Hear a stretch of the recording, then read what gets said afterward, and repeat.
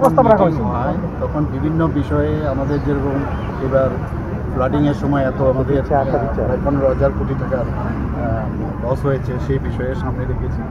আমাদের এখানে ডিএ দেওয়ার বিষয়ে আমরা কেন দিতে পারি, যখন ফাইন্যান্স কমিশনের সময় আমাদের ডিপ্রাইভ করা হয়েছে, সেই বিষয়গুলো এনেছি। ইনফ্রাস্ট্রাকচার ডেভেলপমেন্টের জন্য আমরা ওনাদের কাছে রেখেছি। বিভিন্ন বিষয়ে বিভিন্ন যেসব হেডলাইন্স আছে তার উপর ভিত্তি করে আমরা কথা বলেছি। তো আমরা আমাদের কথাগুলো ওনাদের সামনে রেখেছি। ওনারাও স্বীকার করেছেন যে ত্রিপুরাতে যেভাবে ফিনান্সকে একটা ডিসিপ্লিন ফিনান্স কন্ডিশনে রেখেছে, ওনারা অ্যাপ্রিসিয়েট করেছেন। মানে এরকম না যে অনেক সময় যা খুশি তাই করলাম, তাহলে ব্যাংক্রাফটিতেও তো চলে আসতে পারি। ওনারা এই কারণে কিন্তু এসছে। এবং আমাদের এখানে দেখুন প্রায় 73% আমাদের এখানে ফরেস্ট, রিজার্ভ ফরেস্ট। তো এর জন্য এখানে কিন্তু প্লেন ল্যান্ড কিন্তু কম। তো এখানে বড় বড় আমরা ইন্ডাস্ট্রি আনতে পারিনি।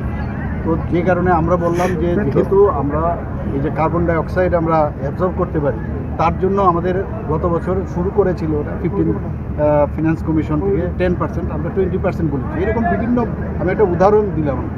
তো বিভিন্ন বিষয় আমরা রেখেছি যে তার উপর ভিত্তি করে আমাদের কে যেন আরও বেশি, আমরা তো অ্যাকচুয়ালি এটা একটা রিকমেন্ডেশন কমিটি, এটা অ্যাডভাইজারি কমিটি, তারা অ্যাডভাইস দেবে, they are satisfied with our performance. রাজনৈতিক দলগুলি এডিসিকে ডাইরেক্ট ফান্ডিংয়ের কথা বলেছে, এই ক্ষেত্রে ওরা ওদের কথা বলেছে। সরকারের কি প্রস্তাব?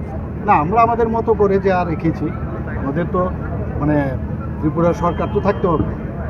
সরকার থাকলে তো তবে অন্য জায়গায় আমরা দিতে পারবো। এটা দেখতে হবে এই যে একটা মানে সোশিয়াল ফেব্রিক্স, সেটা কিন্তু থাকতে হবে, আদারওয়াইজ ভেরি ডিফিকাল্ট। রাজ্য সরকার কি ডাইরেক্ট ফান্ডিংয়ের পক্ষে আছে? না না, সেটা তো এখন আমি কি করে বলবো। আমি তো বলছি যে এই সোশিয়াল ফেব্রিক্স আমাদের রাখতে হবে না, আদারওয়াইজ তো স্টেট আবার আলাদা। যদি এটা একটা কথা, বিরাট একটা কোশ্চেন মার্ক।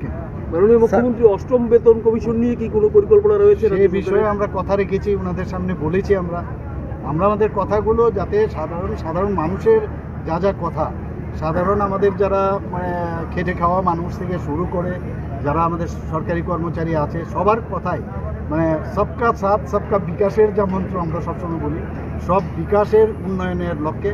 এবং মাননীয় প্রধানমন্ত্রীজি যেটা চাইছেন বিকশিত ভারত, আর আমরা বিকশিত ত্রিপুরা 2047-এ, তার উপর ভিত্তি করে ডেভেলপমেন্টের উপর ভিত্তি করে আর্থসামাজিক উন্নয়নের বিষয়ে ওনাদের কাছে রেখেছি।